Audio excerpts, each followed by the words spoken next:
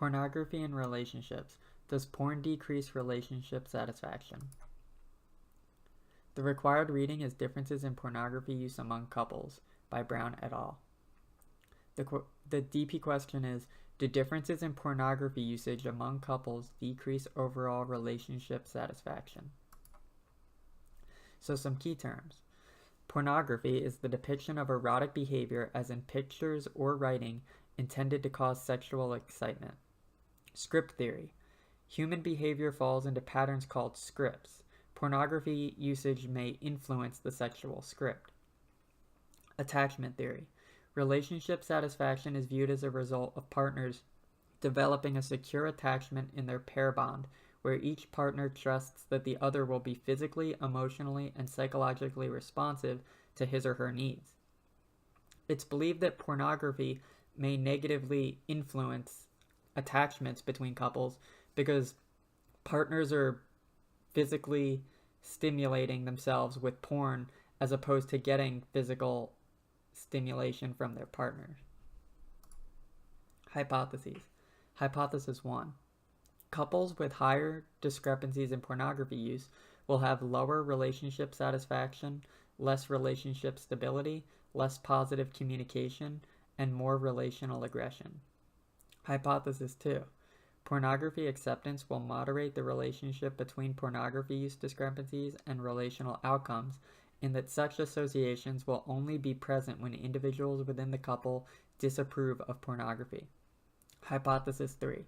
Desired sexual frequency, positive communication, and relational aggression will mediate the relationship between couple pornography use discrepancies and relationship satisfaction and stability. Hypothesis 4.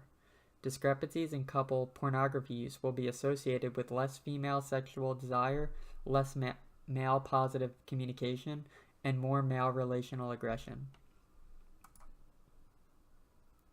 So this is just a comedic video to introduce the topic. Wise men say only fools rush in. Well, I don't know why we're here. Maybe you should start. And tell him why we're here. I was at home and I was cleaning, and I bumped the mouse while I was cleaning of the computer, and something popped up on the screen, and it was a video of two people just naked and having sex with one another. I don't think it's that weird. He doesn't think it's that weird. They were doing doggy style, and it was. What is doggy style? We tried one time. Was that where? Yeah, you thought I fell. I thought you. I didn't fall. I don't want to talk about this right now. That wasn't the only video I saw, by the way. I learned how to search internet history from my friend Clara, whose husband is cheating on her. I'm not cheating. I'm not. I would consider it cheating to watch people having sex. I'm not having sex with them. I'm like a third party. I'm like a narrator. That's what? I clicked on another video. I think it was called like Kim's Imagination Nation or something. I didn't watch that one. I did just clicked on it accidentally. It was cartoons. It was a cartoon sex video. It was Japanese. It was a blue person who was like a dog person and a purple person having sex with one another. Having full-on sex, and while they were flying through the air. I was looking for our son Jeffrey. He likes watching. Yeah, he likes watching two cartoons have sex with one another. Digimon. You are sick. I think she's making too big of a deal out of this. I think you're making too big of a deal out of this. I have a stable job that I provide for my family. I am making a big deal about this. I mean, I don't. Let me tell you what is the big deal. Okay, I learned how to search. I learned how to find out what he searches on. Yeah. So these two clearly have different feelings about pornography, and they clearly use it in different ways. It seems like the female doesn't really use it at all, and it's having a negative impact on their relationship. So what did they do? They recruited 3,510 people who were in unique mixed-sex couple pairs, making 1,755 couples sampled across the United States. The sample tended to be more well-educated and have healthier relationships than a truly representative sample. And the participants took the relationship evaluation questionnaire called RELATE. So they controlled for education levels from 1, less than high school, to 9, graduate or professional degree completed. They controlled for relationship length by asking, how long have you and your partner been married or dating? Responses ranged from 0 to 3 months, to 11, more than 40 years. They were also asked how many divorces they've had and how many children they have. They also assessed participants' income, asking them to indicate their income between 1, none, and 9, $160,000 and above. Religiosity was measured by asking participants how often they attend religious services from 0, weekly, to 4, never. Age difference was calculated by subtracting the male partner's age from the female partner's. Age difference was calculated by subtracting the male partner's age from the female partner's. Couples with more than a 2-year difference were coded as 1, and all others were coded as 0. Religious differences were calculated by subtracting the male partner's religious service attendance from the female partner's. Couples with differing attendance were coded as 1, and all others were coded as 0. Racial differences were also calculated. Couples of differing races were coded as 1, and all other couples were coded as 0. Pornography use was measured by asking each participant, during the last 12 months, on how many days did you view or read pornography?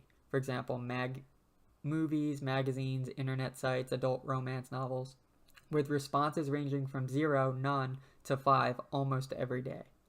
Differences in pornography use were calculated by subtracting the male partner's response from the female partner's. Pornography acceptance and sexual desire were also measured. Pornography acceptance was measured by calculating the average of 6 questions assessing participants' acceptance of pornography use individually and as a couple, with responses ranging from 1, strongly disagree, to 5, strongly agree. Sexual desire was measured by asking, how often do you desire to have sexual intercourse with your partner, with responses ranging from 0, never, to 6, more than once a day. Relationship satisfaction was measured by asking participants how satisfied they were with various aspects of their relationship, with responses ranging from 1, very dissatisfied, to 5, very satisfied.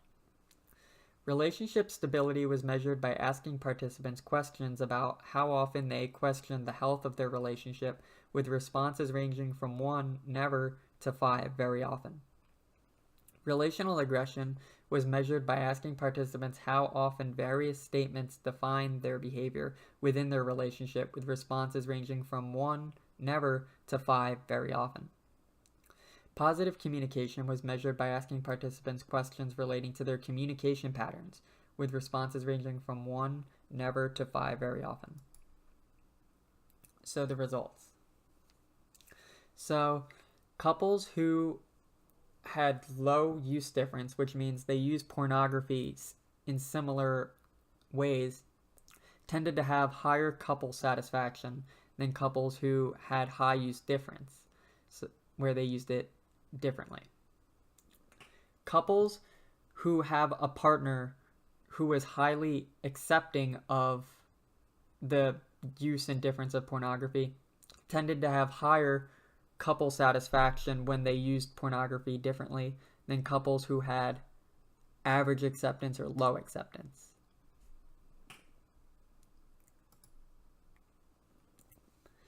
So here, pornography use, as it increases, male communication decreases and female communication decreases.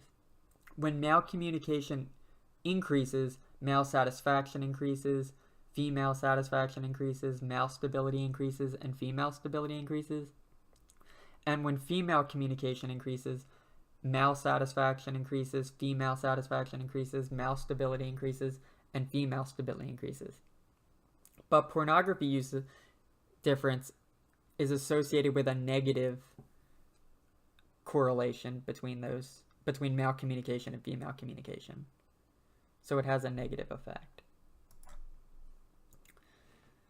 Pornography use difference as it relates to sexual desire. It didn't have a significant difference for male sexual desire, but it did for female sexual desire.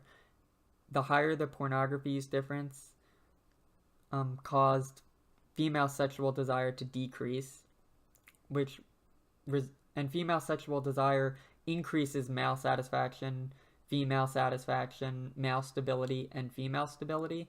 So it's better to have higher female sexual desire, and pornography use decreases female sexual desire.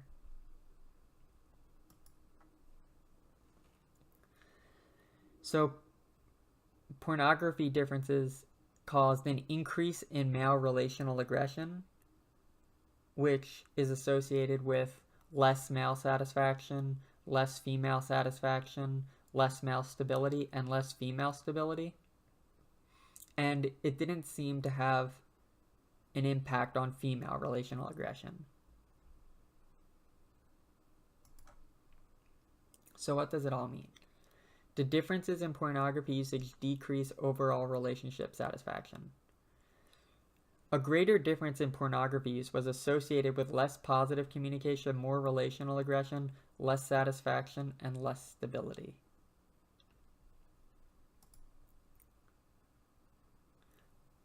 So, do differences in pornography usage decrease overall relationship satisfaction among couples? It seems like differences in pornography usage is associated with a decrease in relationship satisfaction, but causation can't really be established because this wasn't a true experiment. We can't manipulate the type of porn that people watch. Kind of wouldn't be ethical.